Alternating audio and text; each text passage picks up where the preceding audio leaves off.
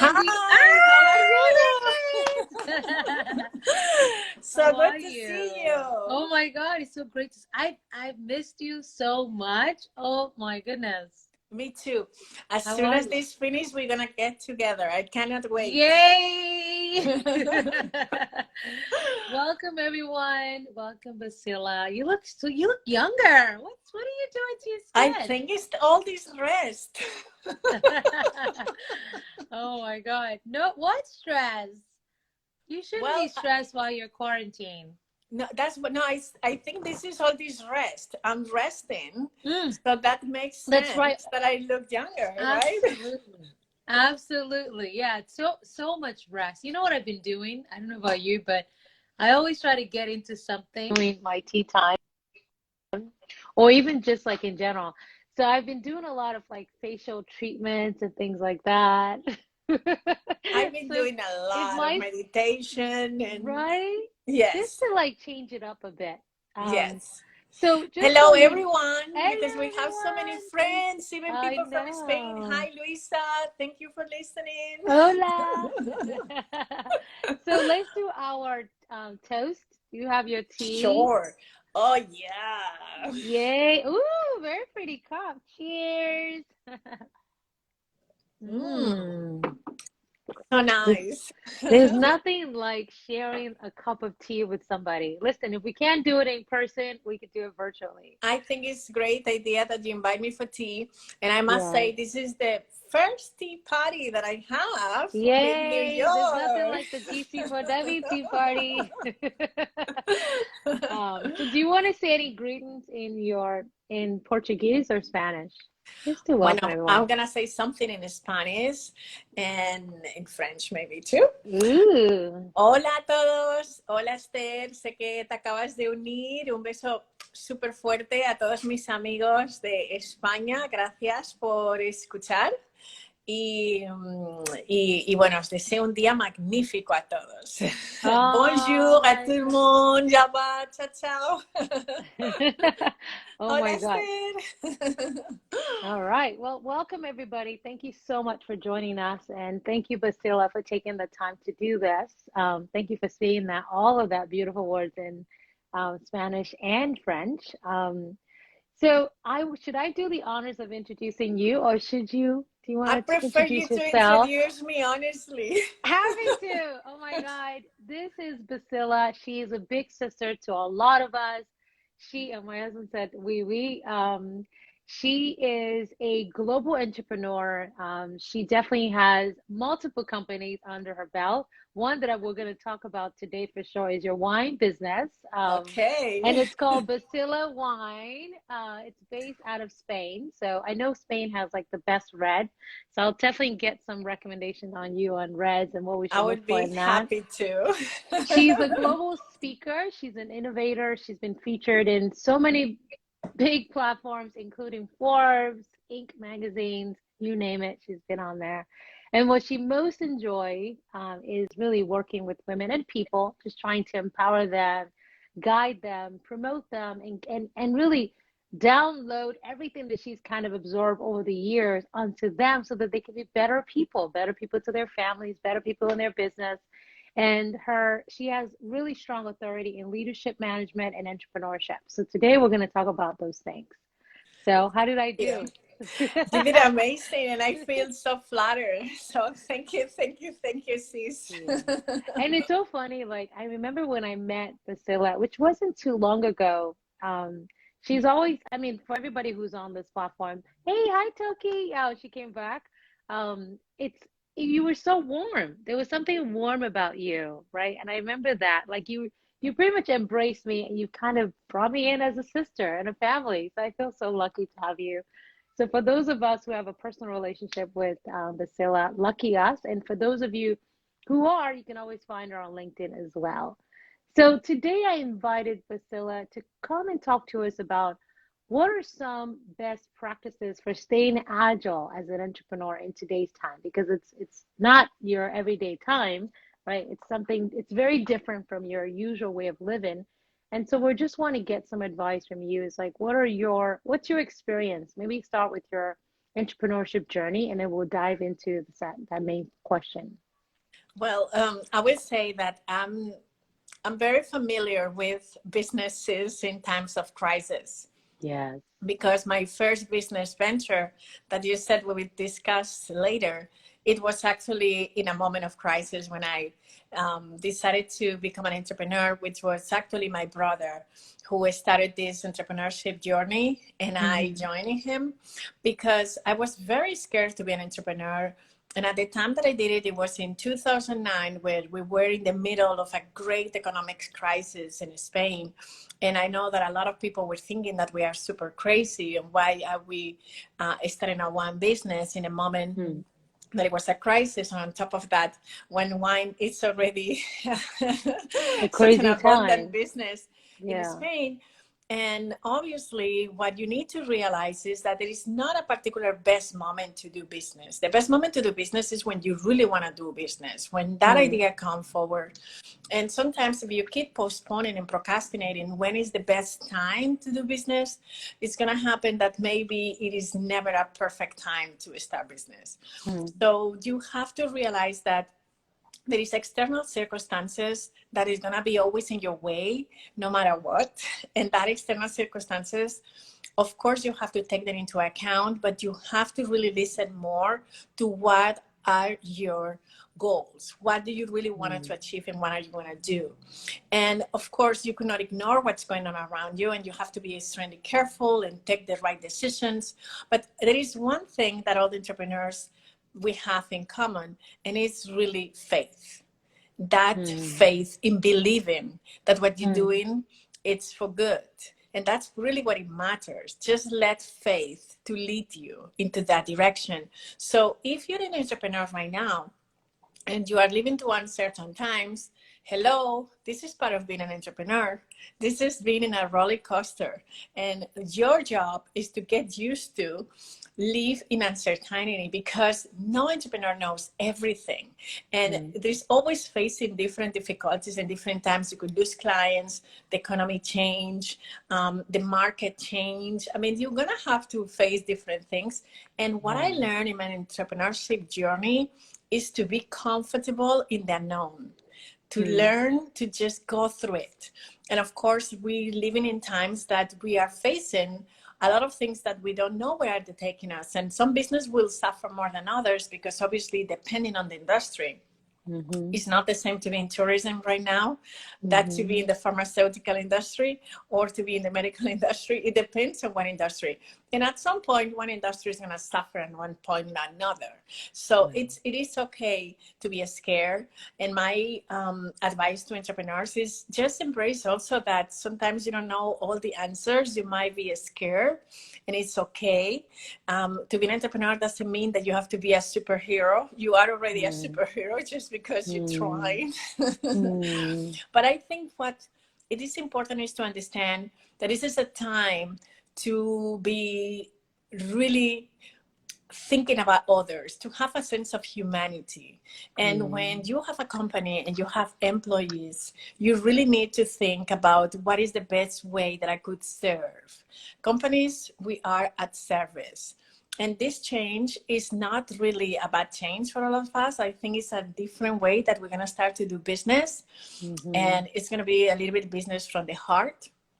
Businesses exist for two reasons: either to solve problems or to make people happy. You want to create a product that make people happy, or you want to solve a problem. Well, the same way that people will reinvent ourselves, business also are people. So we reinvent ourselves. So no matter what the difficulties are, right now, depending on the business that you are, it might happen that you have to reinvent your business, and that's okay. It is a scary journey, but it's also okay. But it's doable, and you can yield the benefits of starting a business.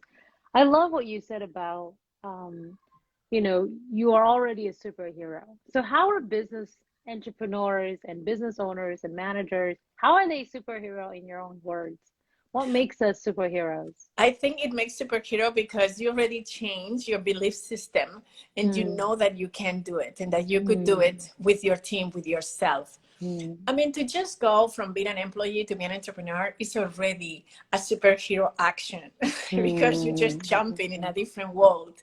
And it's Mm. not easy to just understand that you're going to have to discipline yourself. You're going to have to trust yourself Mm. and to understand that any action that you do also affect other people and other families. So to be Mm. an entrepreneur is also, it's already an action of being a superhero. So obviously for me, anyone, it doesn't matter if it's a small business, if it's a big business, already you're jumping in the waters of the unknown, Mm. and everybody thinks that you should know what is the right answers, your teams, the people who work with you, your suppliers. And at some point, you really act by not knowing what you're doing, but you trust that that is the best decision. So that Right. makes you already a big superhero. Yeah, absolutely. And thank you for sharing that. So here's another question for you. Crisis management. What is the best way, in your opinion, to crisis manage? Well, the first thing is to recognize that you are in a crisis. You cannot be in denial. A lot of Mm. times when Mm. we are in a crisis, we froze. We Mm. froze due to fear, Mm. and the fear blocks us. And we are Mm. so in that place of fear that we're not able to really get out of there. So the Mm. first thing in crisis management is feel what you feel, understand what are you feeling, and Mhm. really look at the whole picture of the whole situation. And once you realize that you have to accept that you are in a crisis, and that's, of course, it sucks. You know that Mhm. you're in a Yeah. crisis, and this is the thing. Also, one thing is try to solve one problem at a time. If you Mm. try to catch two rabbits at the same time, you catch Mm. any. So Mm. it's very important that you look at all the areas that you need to deal with in your company. And if it's a cash flow problem, try to solve that thing first. If Mm. it's a problem that you have to let people go because your system could not support so many people, you have a capital issue, you also have to take care of that. It might happen that you have a lot of merchandise that you're not able to sell. A lot of people, they are stuck with huge amount of merchandise that they don't know what to do with it. So Right. depending on the problem, just attend one problem at a time. And Mhm. also another very important thing is to communicate. Mhm. Communicate. It is Mhm. very important to be honest and communicate. If you have debts, if you have issues with people, just Mm. communicate. Mm. Don't use, don't hide. Just, it's good to, but that's what is very important, to accept first that you're in crisis. Don't deny the crisis, because a lot of Mhm. people, they don't want, they are ashamed, or they don't feel so comfortable to sharing that something is Yeah. going wrong. But the best Right. way to solve this is to really be honest and ask for help, and Right. people will like to work with you. I mean, the people, your creditors, the people, the investors, just be honest with everybody around you, and particularly with your employees. Have a Mhm. way of communicating with them, honest communication, and don't be afraid also to express your emotions, because of course you're gonna feel emotional, and Right. it's okay that they see also that you are human. Right. Absolutely. And I think it's so easy for us to just pivot and just be more strong and be like, oh, I got this. I've been here, but nobody has ever experienced this. The last time something like this happened, the last pandemic we had in the world was 100 years ago, right? Mm-hmm. And now I mean, we're talking about pandemic that has no vaccines available to cure. This one is like that. So Yeah. no one's ever experienced this, unless you're older than 100 years old and you're still living, then more power to you. And that's why I So think what everybody we're looking for. It is yeah, okay for the politician, it's okay for the companies to know, to right. say and to share that they don't know what's going on. And everybody, Yeah, we understand that. People want the yeah, truth. yeah, And that's also why for entrepreneurs and for companies, it is so important to just be honest, and just express what is going on. Just yeah. be transparent. And this is a moment that is very important and valuable, to be transparent.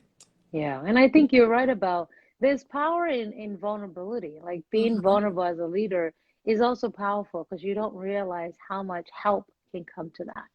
So can you give us a scenario? And I know most of your stories because I'm his little sister. But to share this with the rest of the people who are watching, describe a time when you were facing crisis. I know you said something about in the beginning of your business. If you want to share the winery story, that's fine.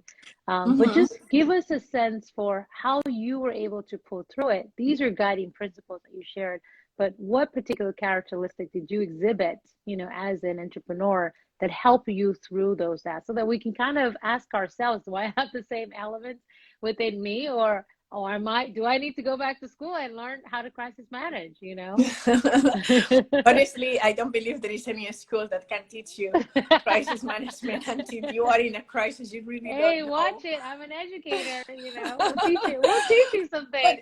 But the best way to learn it is to experience it.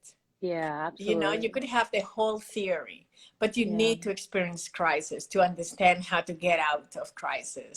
yeah, Because the truth is, a lot of situations when they arrive you don't know how you're going to react until you are there. And in our case, I remember that when we started the wine business, of course, we have no idea about wine business. And yeah, this was the first thing, the first mistake we made. It was that we went into a business that we had no idea about how it works. And you see, every business is completely different, and that's what I always stress, the fact that it's very important to be informed and to study yes, very well your business, yes, because sometimes you have the absolutely. theory but you don't have all the particulars, right? Yeah, And I remember I was just giving away wine for all the events, and we were putting so much effort only in the marketing side, and we were really not really thinking so much about the production side at that mm, moment. So we made several mistakes that take us to a place that at some point, even we thought that we're going to have to leave this business. And we were wow. almost bankrupt. We had such an amount of debt. And it was, on top of that, we were facing the crisis, the economic crisis that we were living in Spain. So the market was not in our side at all, because you could not get credits, you could not get anything. So we were completely stuck. And at the same time, we have to face the fact that our company was going really, really down. Wow. So at that point, you have to be really, really be resilient. That is Yeah. one of the important things. And you have to keep believing in your project. Mm, And don't be afraid to ask for help. So mm, actually, you know what we did? We just started to create the strategic partnerships. And that was our salvation, because we end up mm, finding a perfect partner that they have the things that we didn't have. And we did mm-hmm. this joint venture, and we took off from there. And it took years. Another thing is very important is to have a lot of patience. Things sometimes Yeah, don't happen the way you want and at the moment absolutely. that you want.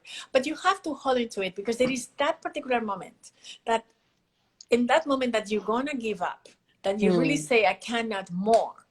That's the moment mm-hmm. that you really, really have to stick to it. Ask Hi, for help. Isabella. Hello everyone. And ask for help, and that's okay. And be completely honest with the people and say, listen, we don't know this part of the business, we know that you know this part of the business, why we don't join Absolutely. forces. And I think that it's very important to also know in a team who is better doing something. In our team, essential was our CEO Ricardo, who was our partner from the very beginning, Mm, and he knew how to really take care of the day-to-day business, and is a financial person. And my brother also, he has a finance background, he's a banker, mm-hmm. so they were Mm-hmm. taking care of all these things. But my brother, for example, is the closer, is the one that when he goes somewhere, close the deal, and I am Mm. the opener. So Mm. that's how we worked, really like a team. Yeah. And it's very important, because we had this balance that you needed in a company. So you have Absolutely. someone who is the door. I'm a great door opener, but I'm not good at closing the business. Mm-hmm. um, I don't have this aggressive approach, and I don't know really how to do it. And that's fine. I don't need to do every part of the business. And that is another Right. thing that is very Right. important for every entrepreneur. Just know what are you good at. And if you're not, just find somebody who could do it better than you, and always be Mm-hmm. surrounded with people who have more idea about what you're doing than yourself. That's the Absolutely. only way to really to succeed in Yeah. business. Yeah. Because you could wear as many hats as you want, but if it's not the way that you feel comfortable doing it, I know that in finances, I don't feel comfortable. It's not my area.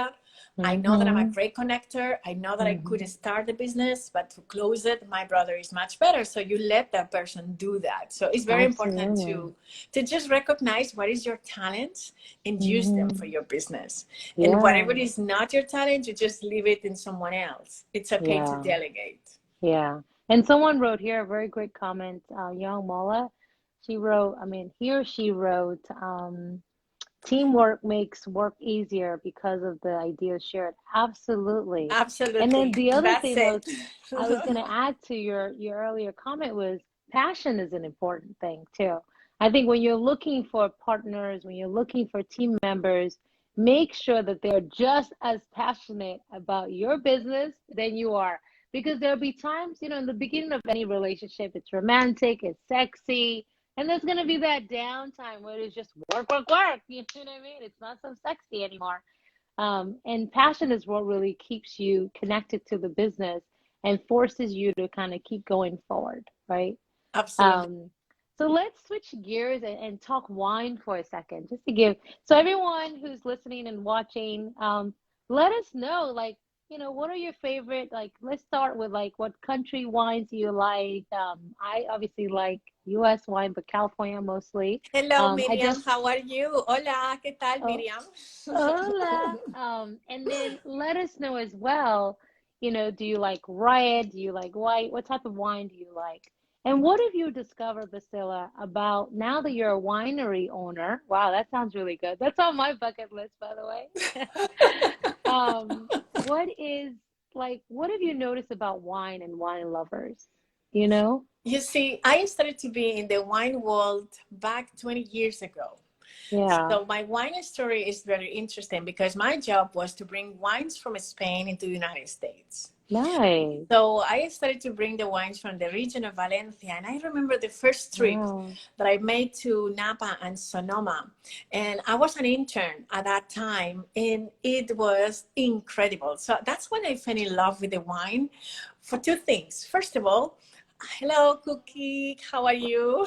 Mexico in the house too, Madrid in the house. And but one Yes. thing about that trip that was really interesting. Hi, who we have Say here? hi. Say hi, Hello. Auntie. It was. All right, go Could to you daddy, imagine when you okay? are? Hola Elsa, ¿qué tal? Un besito. Hola Yuma. One thing Hello about from the Madrid. wine is that I remember it was a TV show called Falcon Crest when I was a young girl. Mm-hmm. And I see all these big wineries and all of this. And then I go to California and I see, like in the movies, I saw that. And I was interacting with winemakers and I spent 1 week studying all of the wine world. And we Nice. start drinking at 8 o'clock in the morning. Oh my God. You're supposed to drink the whole thing. And but you have to just try the wines, and that's when I Oh. started to understand what kind of wines, what is the wine process. And the wine world is a wine of love. You have to be in love with when you're doing it. You have to love people. It's a Mm. business of really making people happy, and that's what I love about this business. It's all Mm. about connecting people. You like to Yeah. just have a glass of wine with your best friends in a dinner, and Yeah. it was beautiful to just understand also the alchemy that happens in the wine. That also was something Mm. magical. You Mm. just see the grapes and how from that grapes, hola, Rutential, London. I have to say hi. Hello. No, no, say hi. How are Welcome, you? everybody. and and just you see this alchemy process, and one day you just drinking it. So that was Yeah. actually something that when I was 24 years old, it was one of my first business trips, and I was with the Ministry of Agriculture from Mm-hmm. the region of Valencia, and with all these winemakers. And another thing I noticed is that some of these people were 80 something years old, and they were Wow. drinking wine all day and they look amazing. So I said, Maybe this is there's a something secret cooking potion. here. I need to get to know what is the secret in wine. And that's Yeah. also, it was not really that all my life I wanted to own a winery or I want to be in the wine business. Nothing like that. It just came into my life by chance because that was part Hmm. of my job. And Hmm. actually, it was my brother who had the idea to just name a bottle of wine Sila.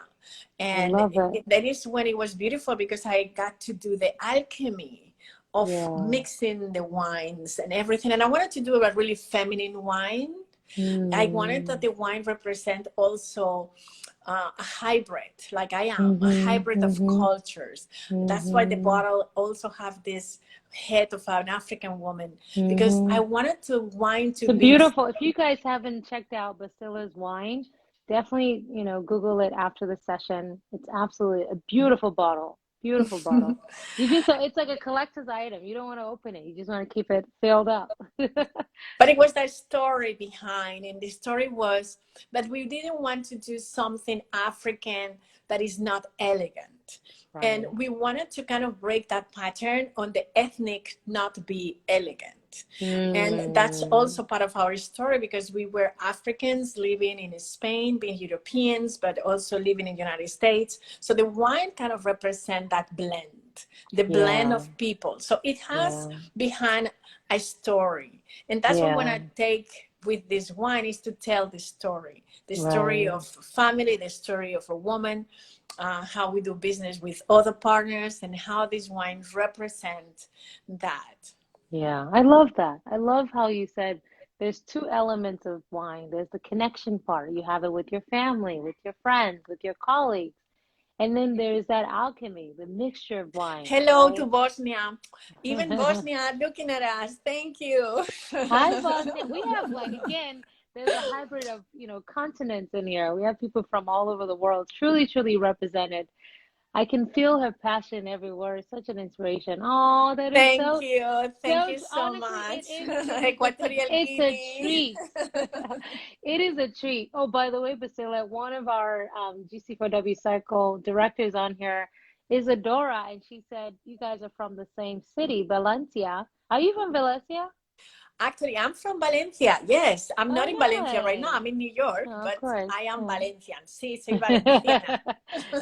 So yeah, so I'm gonna connect you two because she's a huge fan of yours from afar, and I told her that you're like we're family. Like, come over, come have tea with us in New York, Isadora. Maybe there's a Thank reason to you. come Thank you so now. much, Miriam. Thank you so much. All of you, Yeah. Anna. Thank you.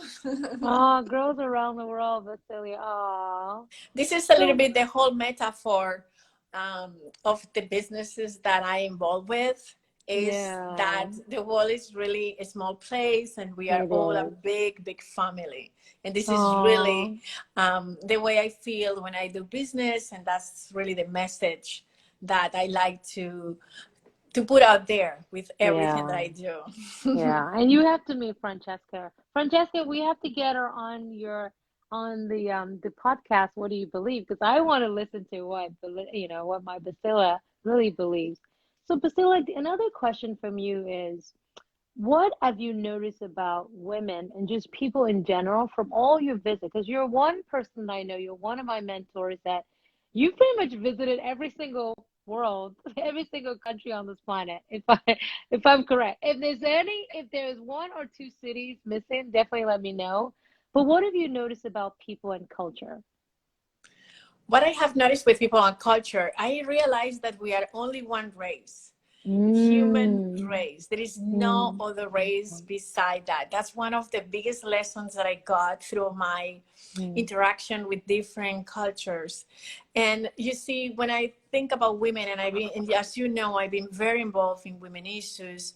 And anytime I get involved in women issues, I always invite the men in the room, because for me, women issues are men issues. This is an issue for Yes, everybody, right? yes, And it's absolutely. interesting. I realize we all have the same concerns and we Hmm. all want the same things. Hmm. It is very important that we have that into account. Every Hmm. woman around the world want the same thing. We have the same dreams. And Hmm. that's honestly what I have realized through my travels and interactions. I work very closely with the Untact, and I read all of the business plans for women in Latin America and Africa and Middle East. And even with all the difficulties that some places in the world have, all of these women have the same desires, the same big dreams. And even when I do mentoring, it's interesting because you just know that people want it all. People want to have beautiful families, want to have healthy children, want to move forward families. They want love. They want success. I think all of us. So that's what I realized. We are only one race, the human race. Absolutely. And it's true. And it's so funny. A couple of our board members are here. Francesca, Lisa, hi ladies, and some Hello, of our everyone. staff. Everyone, hello.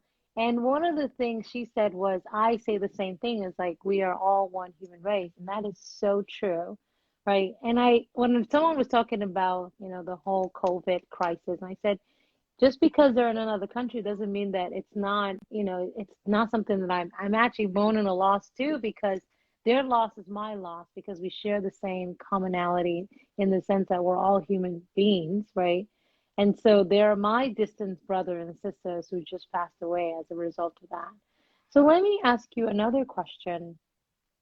What is one thing that you would say, if all things were equal and we're talking about gender equality being achieved, what do you think needs to be done in society to accelerate that process? Because there's still inequalities in the world, and I know the UN Women are doing, and you've worked with them as well. They're doing a great job creating programs and initiatives, building partnership, getting corporations involved. What else can we do on a human level, individual level, to contribute to the That's advancement of gender equality? That's a great question. And guess what? We are doing it already. We are Mm, just doing it. mm, As you mentioned, and it's very wise what you said. It's mm, this crisis really put us all of us at the same level. It doesn't mm. matter where you live.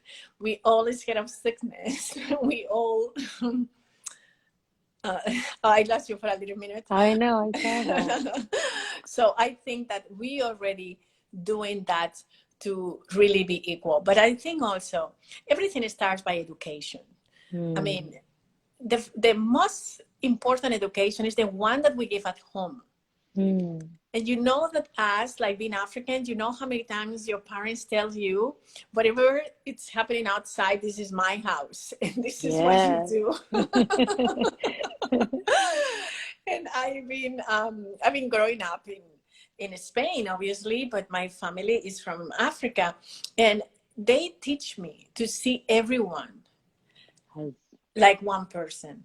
It doesn't matter if it's the absolutely. cleaning lady, it doesn't matter if Mm, it's a teacher. I mm, didn't have this sense. So when mm, people tell me, oh, you are kind with everyone, but this is really what I have seen.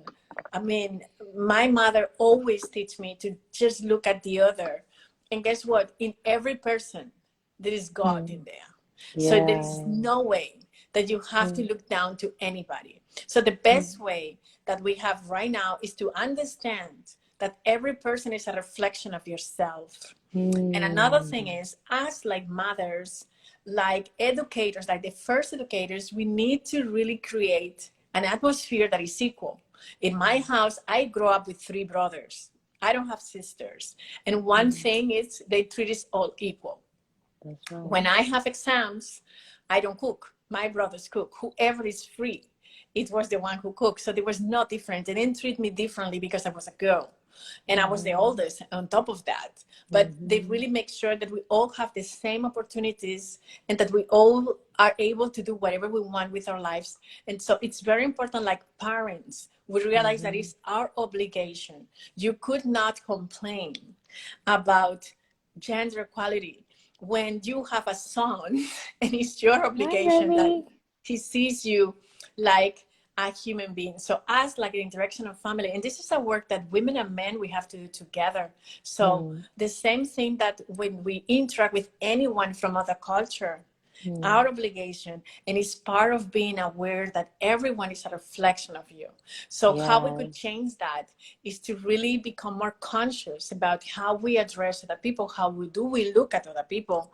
And Mm-hmm. if we have we are responsible because we are educators, so we have children, we also have a responsibility to plant that seed in people's Mm-hmm. minds. All of Yeah. us who we have the chance to interact with anyone, just we Mm-hmm. can do that. Definitely, it's our job.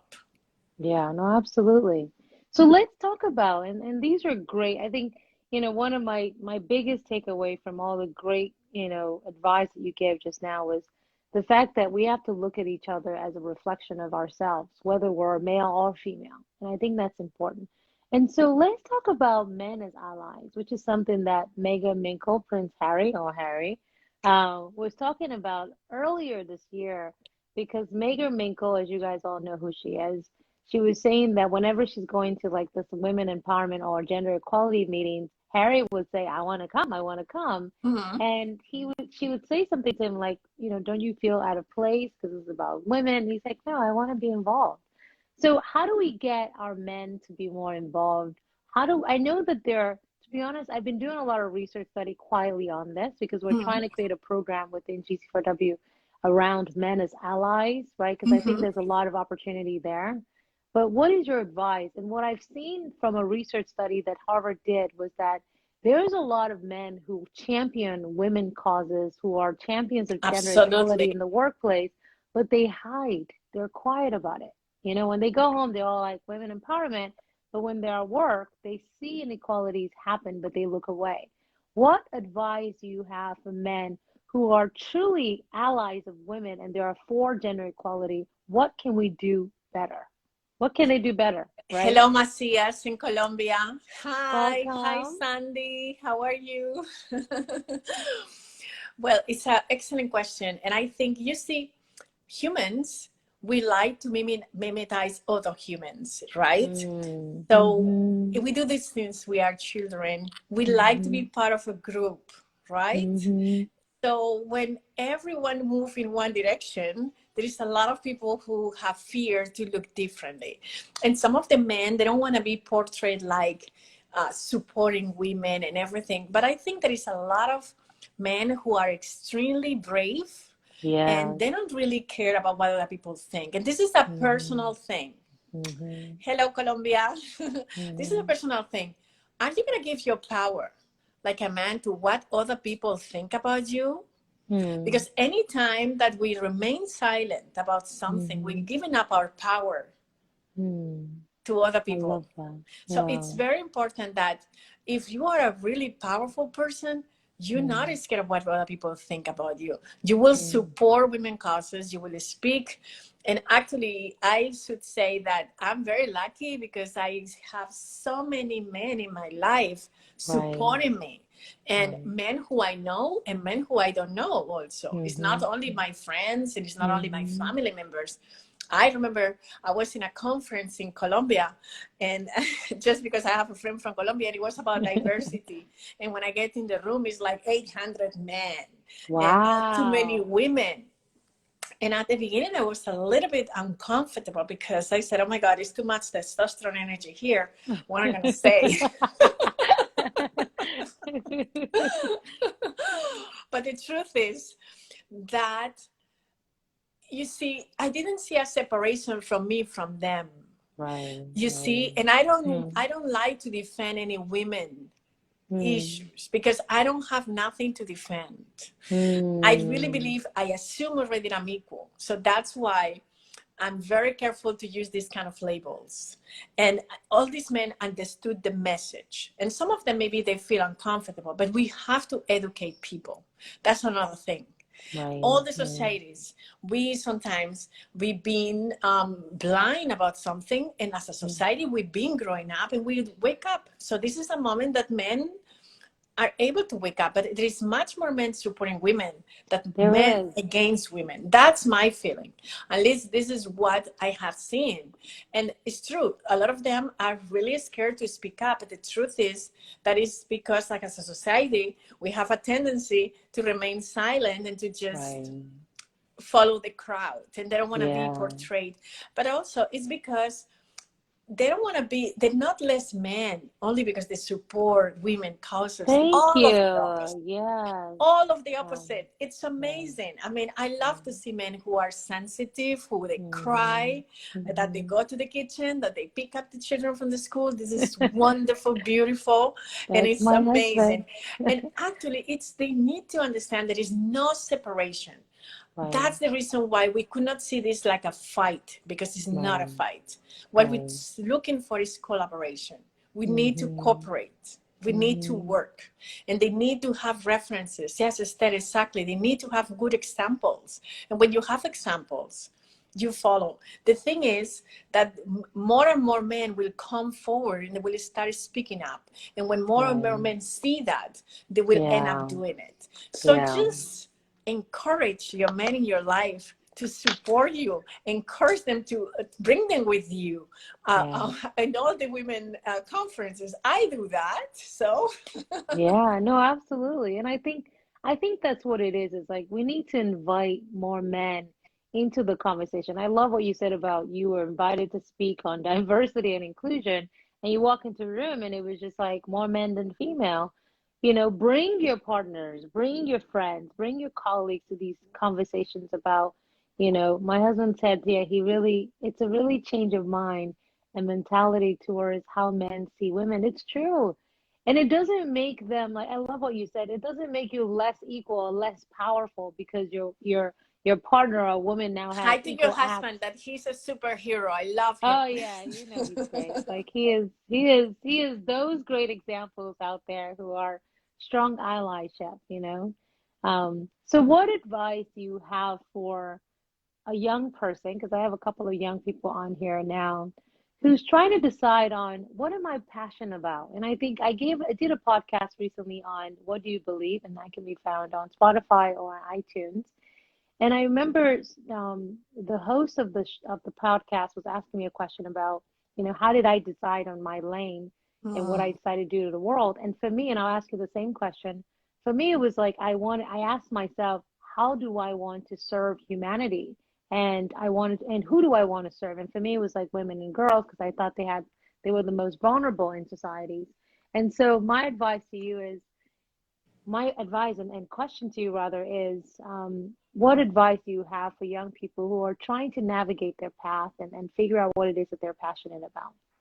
Well, I think, first of all, remain open, because passions could change also. Yeah. Yes, There is people who absolutely. are in a situation that they have no idea what is their passion. And that's okay. That's a great place to start, because a Mm-hmm. lot of people really, they already have a passion. But what happened with the people who don't have a passion just yet? That is Mm. important, because the first thing to succeed is to have clarity and then to have Mm-hmm. focus. But for Mm-hmm. that, you need to know what you want to do. And that's what is going to bring you the passion. Mm. Passion comes when you already know what you want. So the first thing Mm. that you need to do is to get that clarity. In my Mm. case, what helped me to get clarity is to write it, to journal. Journal has brought me incredible clarity. I'm doing it since I was 12 years old. And it Wow. really helped me to also see my progress. And it's okay when you have a passion, it's also okay to change your passion. It's Right. another thing, because a lot of Absolutely. people feel frustrated because this was always my passion, and it comes to a point that maybe it's not your passion anymore, and it's not bad. So Right. it is good that once you realize what you are passionate about it, that Mm-hmm. you pursue that passion, that you Mm-hmm. live through that passion, but also Mm-hmm. don't be too attached to that passion, because Absolutely. passions change. So many times we really become extremely you know, unhappy just because we were tied up to a passion, and because we already verbalized that passion all over the world, and it's changing, and it's okay to change. And I think that for young people, remember that you all guys are going to have a very long life, because Yes. right now the life expectancy is huge. So Yeah. I assume some of you who are watching, you will be 120 years. So if you Yeah. start with a passion, after 20 years, it might happen that it's not your passion again, and it's And okay. it's okay. Yeah, It is exactly. totally okay. And if it's Yeah. 5 years, it's okay. You Yes. see, and also you could not confuse passions with hobbies and with mission. Mm-hmm. It's not Yes. also the same. Some Yeah. people have a calling, and a calling not always give you passion, but you have that sense that you really need to follow that. And so, Mm-hmm. I don't know, I don't have that, but I know people who, since they were kids, they have a calling for doing something, and that's what they wanted to Right. do. Right. And that's very Right. different from a passion, because that comes from a place of commitment. They have a commitment with the destiny, that the destiny Mm. that they feel inside, that is their destiny. And that's very Mm. different from passion. That not always gives you Absolutely. passionate, but Right. you are driven. But that commitment that you know for your calling. And the passions go and come and go. Mm. It's good to be attached.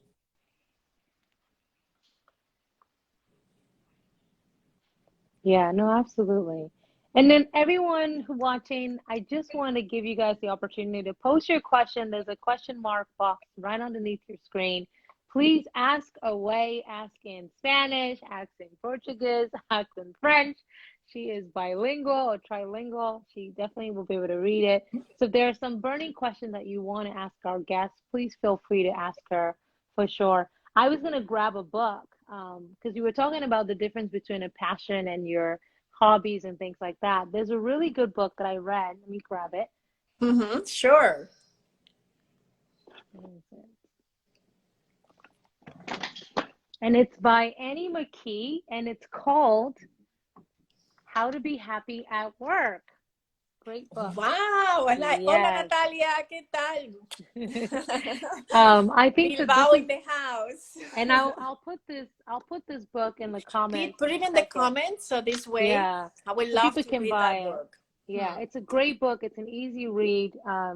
I know the author personally, but it's such a good book because there's a chapter in the book that talks about how to how to just deviate between is work my passion or is work my job, right? Or is work my calling? And then the book kind of helps you kind of define what is the difference between a calling, a passion, and a job. And it's okay for work to just be a job. It doesn't necessarily have to be a We have passion. a question here. Yes, one second. Isadora asks us how you never lose hope following your dreams and your passion.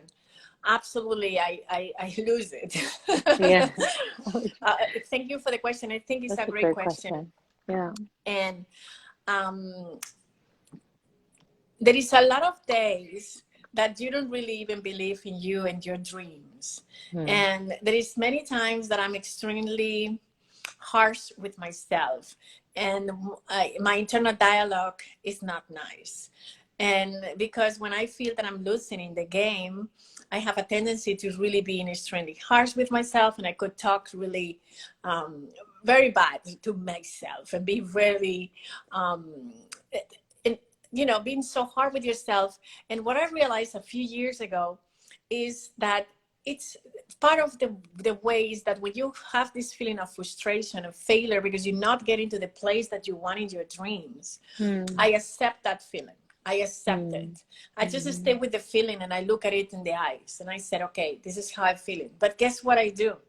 I go back to my journals 5 years ago, 3 years ago.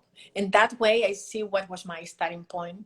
And that way I always see progress. And if I see progress, then honestly, then I could just say to myself, you know what, you need to be a little bit more compassionate. Okay, don't be so harsh. Hmm. So I kind Hmm. of coach myself to really go there. But anytime that you have a big dream, you're going to have big moments also of distress.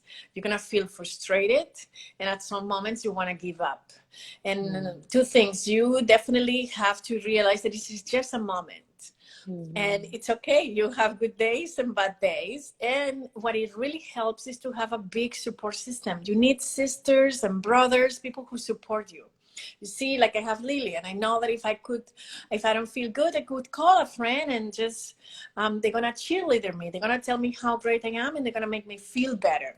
So all of us, we need to really have an amazing group of cheerleader friends, people who really supported you. Beware of that friends that are Hmm. doing the opposite.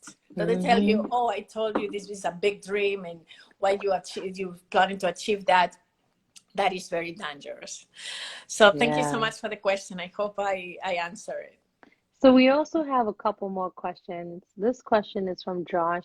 What are some of the signs of finding your calling? That's such a great question. Great That's question. an amazing question. I mean, Yeah. I do believe that when you are deep with yourself, Mm. it is when you start calling it something that you could not avoid not doing it. You could not avoid not doing it. It's bigger than you. Mm. That's when it's a Mm. calling. It is nothing that, and also I think that it comes from the divine. It doesn't come from you. So because it's not a desire, it's not a passion, it's something that you could not afford not doing it because you can't. So that's how Yeah. you know that is a calling. It's something Yeah. much bigger than yourself. And people who really have this calling, it's something that you could not avoid. You feel it in your body, you feel it, Yeah. your days are It not going pulls you. well, It and pulls it on you. pulls you, it drags you to that direction. Yeah. And even though at the beginning you might not even like it at the beginning because it happens. And I tell you this because I hated speaking public. I Yeah. absolutely hated it. I was super scared. And it came to a point that it was bigger than I. And it started pulling me to that direction. And life was keep bringing back. And I was like, no, no, no, no, thank you. No, no, no. Let the other person speak. And it was there. But then I found a gift in that situation because then I was able to really share with people things that they were valuable for them. And that is the Mm. satisfaction. And I could tell you that before I speak, anytime I have sweats and I don't feel really good and I have to put myself together many times, but this is how you find there is a calling. It's something bigger than you. You could not doing it. And Mm. guess what? The universe is going to keep bringing it into your face one time and Get one time comfortable. and Get another time. comfortable. That's how. Thank Hola you. Carlota, ¿qué tal? Hello, There's hello in an Madrid. there's another question from AgroBiz World. What are two practices you infuse in your daily activities on purpose? Hmm. Well, there is two things that I never ever miss, and one is my meditation, and another Mm, one I is know my that. journaling. So I get a better. I'm from the 5 a.m. club. Um, Honestly, I should tell you that now in these times, I'm not going at 5 o'clock in the morning. I'm going a little bit later. Now 6:30 is fine. But the Okay. first thing I do when I wake up in the morning is meditate, and it's non-negotiable. Mm. So it doesn't matter if I'm on holiday. Um, it's something that I already negotiate with my husband. This is my How many time. minutes? How long do you stay? Do you mind Normally if I between call? 20 minutes, sometimes 40 minutes. It Okay. depends. Wow. But I also want to say something. If you're starting to meditate, it's not the time what is important. It's the commitment. So at the beginning, Mm. I could not be sit down more than 3 to 5 minutes because Mm. my level of attention was not there. So Mm. train yourself to be more comfortable in that situation. And also, it really depends on the type of meditation that it's for you. I tried many different ones, and at the end, now I combine depending on how I feel, but this is one thing that for me is non-negotiable. And another thing is my journal. This is two things that I put in my daily practices that are completely important for me. And the Mm-hmm. journaling, it really is about gratitude. There is two things that I always put in my journal. Sometimes I have a lot of things to say, sometimes I have nothing to say, but always there is Mm. something to be grateful for. So I Absolutely. usually write between 5 and 10 things that I'm grateful. And sometimes you don't feel that good and you don't feel Mm. grateful because maybe life at that moment is very difficult and you could not find anything. But then look at the simplicity of life. Mm. You see, Mm-hmm. some people, they could not open the pump of the and get water. Mm. And so sometimes I'm just grateful because I could get water, I could take a shower. Sometimes I'm grateful only because I'm in New York City and I see this amazing city in front of my eyes. It's So beautiful. I always find ways to be grateful, and that put me in a very positive state already. So this is a Mm-hmm. practice that I have been doing religiously, and I Mm-hmm. could not really recommend it enough, because if you only write that every single day, you will see your life actually unfolding in your eyes, being the perfect life that you're looking for. Absolutely. So we have another question here is what life experience do you think helped you most throughout your career? Great question. Great, great, great. What life experiences? I think one of the biggest one in my career was when I was fired. This was Ooh. the biggest moment in my career. And why is that? Because I discovered that I was an entrepreneur then. I make a Mm. decision that day. You know what? Mm. No one is going to kick me out again. And because I don't want to work for anybody, I realized that I was a rebel, and I Mm. realized that I don't really respond so well to Mm. orders. I had no other choice. And then there's some days that I want to fire myself, but I could not. So I stay here. I could not fire myself from the company, but I stay here. So I think this Mm. was a bigger moment. Guess what? Something happened at that time.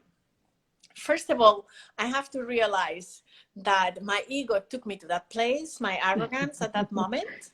Yeah, And you see, the more higher you go, when you fell down, it hurts the most, right? it does. It And I does. thought I was untouchable at that moment. And when you are Mm. young and you are just going up in the ladder of success, so sometimes you just don't see anything. But the same people that you go up, you're going to see when you go down.